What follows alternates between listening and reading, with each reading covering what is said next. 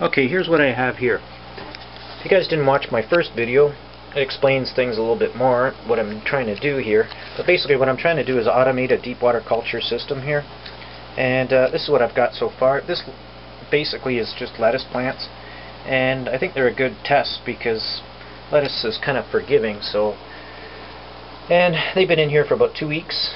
And what I've done is this puppy up here, which was in my first video. And basically you can see that this one's on because of the lights on, and that these are ground fault plugs. I really like them because they have the light and they're much safer. The only problem is you can't split them, so you can't have two coming off of them. Basically just one control. So they're, but I kind of like them anyway. There's my pump, my nutrients,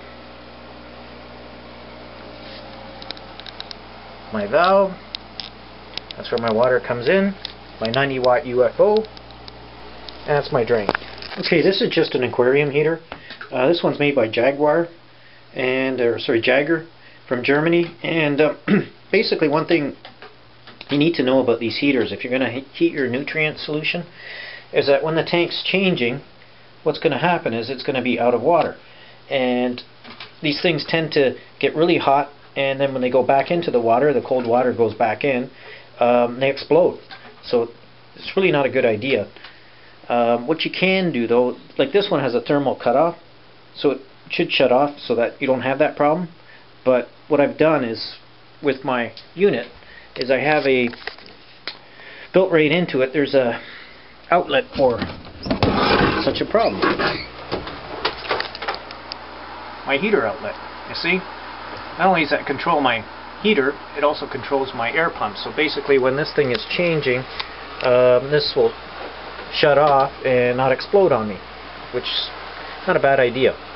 The other problem I found is that the pump works great. I mean, 14 minutes, the water is gone, but it still leaves about 2 inches in the bottom. Now that's a real problem, long term, I guess, but you can solve that problem pretty simple by opening that drain every now and then. Okay, this is my pH stamp.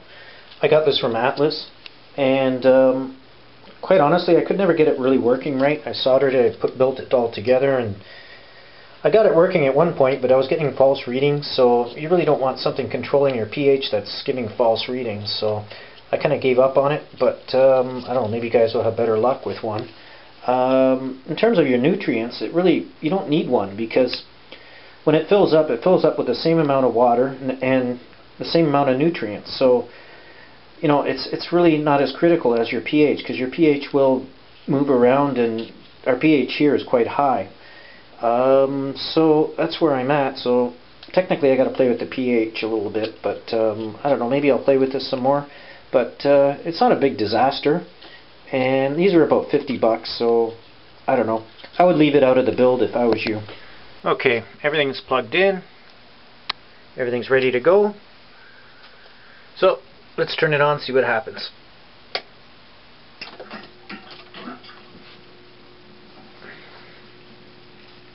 Well, it's draining. You know, I really don't like this hose. It's a see-through hose, but it's what I had kicking around. But it is a drain, so it's going away from the plant, so it's not too bad. But yeah, it's draining right now. Okay, so she's draining away. Right underneath this sink here, I got it tied in, and it's draining away, so haven't had any leaks or any problems that way. So far so good. And it should be running for about 14 minutes or so. Okay, so the pump's running dry. It's trying to pump up stuff that's not there.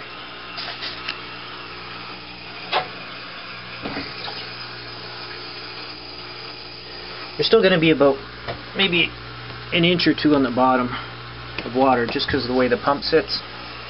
There's not much you can do about that. That's a submersible pump. So, and of course the fill's coming in.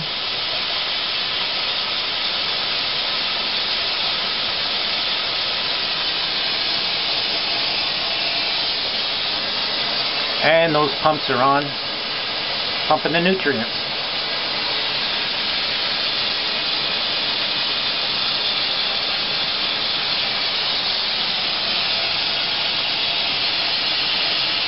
So let's see what happens in about 16 minutes or so. Okay, that solenoid's still filling. And as you can hear, it's getting to the top there. I've got that float valve which should shut off shortly. And then, with a little luck, that solenoid valve will shut off.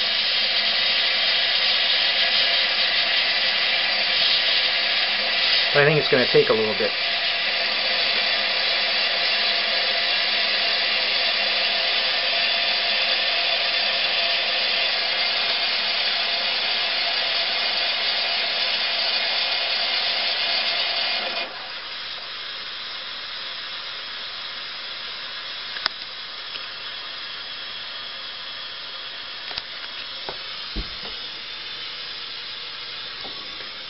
Looks like these pumps have finally stopped.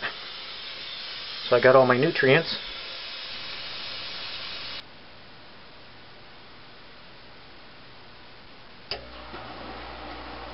There we go. As you can see, it switched over. I've got my nutrient heater on. My pump's back on. And in theory, everything should be about right. I know the nutrients should be about where I want it. The pH is going to be just slightly on the high side, and I'm going to adjust that a little bit later maybe, or just maybe leave it. It won't be too bad. But I won't do anything for about a day because I like to let it settle for a day.